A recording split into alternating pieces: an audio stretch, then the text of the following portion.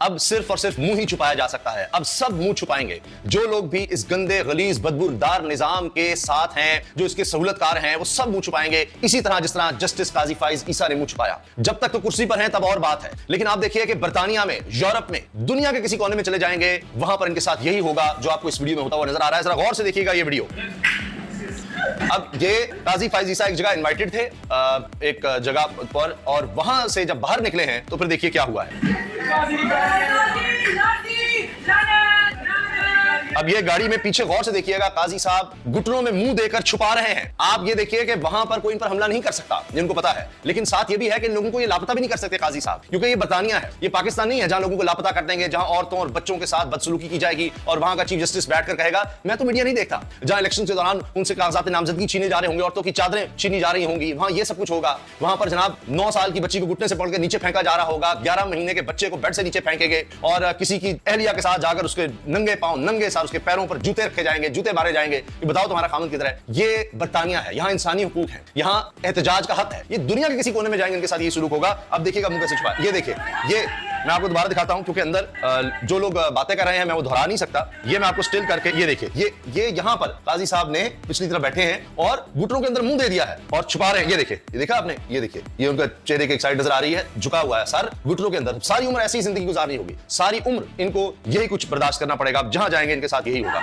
आप ये देखिए, उसके बाद वहां पर लोगों ने रोक लिया, वीडियोस भी लोग बना रहे हैं वहां पर, और ये देखें आप, ये हाल है। हत्ता कि आप लोग ये कहते हैं, साफियों का ये कहना है कि ताज्जुब की बात नहीं होगी कि काजी फाइज साहब को किसी जगह अंडे या जूते पड़ जाएं। ये आप देखिए, ये काजी साहब का आपको सर नजर आ रहा है, ये कान का कुछ हिस्सा चेहरे का, और ये उन्होंने साथ ही सर नीचे कर लिया। तो यहां तो आते हैं तो जनाब पुलिस और गार्ड और पता नहीं कौन कौन उनके साथ प्रोटेक्शन होता है, जो आप शरीफ खानदान का देखते हैं, तो ये भी उनके साथ जुड़े हुए। तो ये अब जनाब मनाजिर हैं। अब ये हमेशा याद रखे जाएंगे कि ये हुआ था पाकिस्तान के साबिक चीफ जस्टिस के साथ, क्योंकि उसने पाकिस्तान में बदतरीन इलेक्शन करवाने में सहूलतकारी की, उसने पाकिस्तान में इंसानी हुकूक की तबाही में सहूलतकारी की। सबसे बढ़कर उसने अपने इदारे के साथ जो किया, जहां पर वो काम करता रहा, जहां से वो टैक्स लेता रहा, टैक्स की तनख्वाह लेता रहा, और गरीब लोगों के टैक्स के पैसे से उसको तनख्वाह मिलती थी लाखों रुपया, और वो गरीब मारे जा रहे थे, उनके घर तबाह किए जा रहे थे, उनके कारोबार तबाह किए जा रहे थे, उनको बगैर वजह के, बगैर किसी कानूनी वजह के उठाया जा रहा था, उनको जेलों में रखा जा रहा था और इंसदादी दहशतगर्दी के पर्चे हो रहे थे, और उन्हीं की टैक्स के पैसों से तनख्वाह लेता रहा। और आज आप इसका देख लीजिए क्या हाल है कि ये मुंह छुपाता फिरा है। और जो लफ्ज, जो गालियां दी जा रही हैं,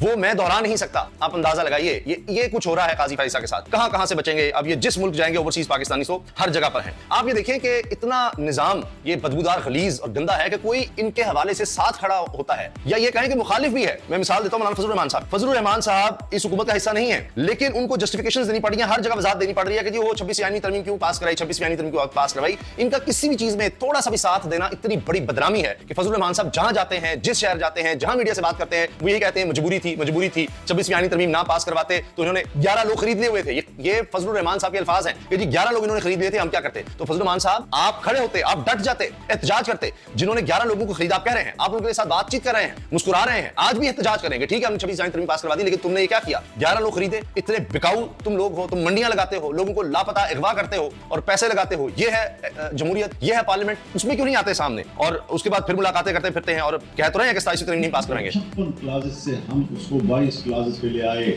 सिवाय वजाहतों के फजलुर रहमान साहब कुछ नहीं कि जी 26 से हम वो 22 पर, 56 से 22 पर ले आए, फिर हमने कुछ उसमें ऐड करवाई। आप देखिए हर जगह यही बात है। ये हुकूमत के साथ खड़े होना इतनी बदनामी का बायस बन चुका है। आप देखें, जो जज भी हुकूमत लगाएगी वो पहले दिन से मशकूक होगा, कहलाएगा ये हुकूमती जज है, वो बदनाम होगा। इतना बुरा हाल हो चुका है, इतनी लोगों में नफरत आ चुकी इस निजाम के लिए। अब जनाब बैरिस्टर साद रसूल साहब जो हक सच की बात कर रहे थे, आईन और कानून की बात कर रहे थे, अब तो उनके लिए भी मसाइल हैं, मगर मीडिया में अभी बोल रहे हैं सुप्रीम कोर्ट का दायरा महदूद करके इनको दरखास्त की हद तक कर दिया। ये सब मिले हुए हैं और इसमें नहीं उन्होंने फजलुर रहमान साहब को भी तनकीद का निशाना बनाया है।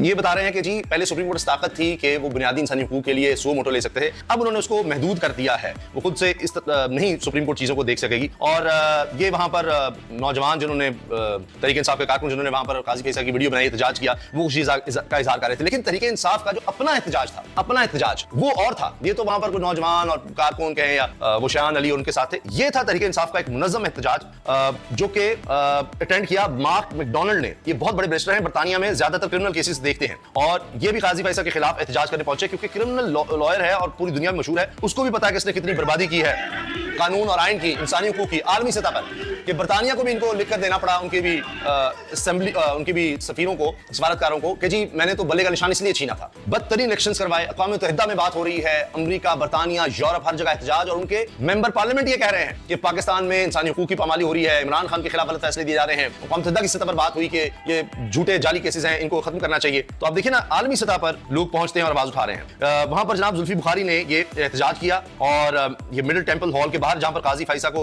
मदऊ किया गया था, और उन्होंने अंग्रेजी में वहां पर तकरीर की ताकि सबको पता लगे कि इस एहतजाज का मकसद क्या है। और आखिर में जनाब ये मैं थोड़ा सा आपको उनका सुनाता हूं खिताब। There's a man who decided and watched over the maximum amount of human rights abuse in Pakistan. वगैरह काजी फैसा वो शख्स है जिसने इंसानी हुकूक की बदतरीन पामालियां करवाई और फैसले वो दिए जिनसे ये इंसानी हुकूक की पामालियां हुई।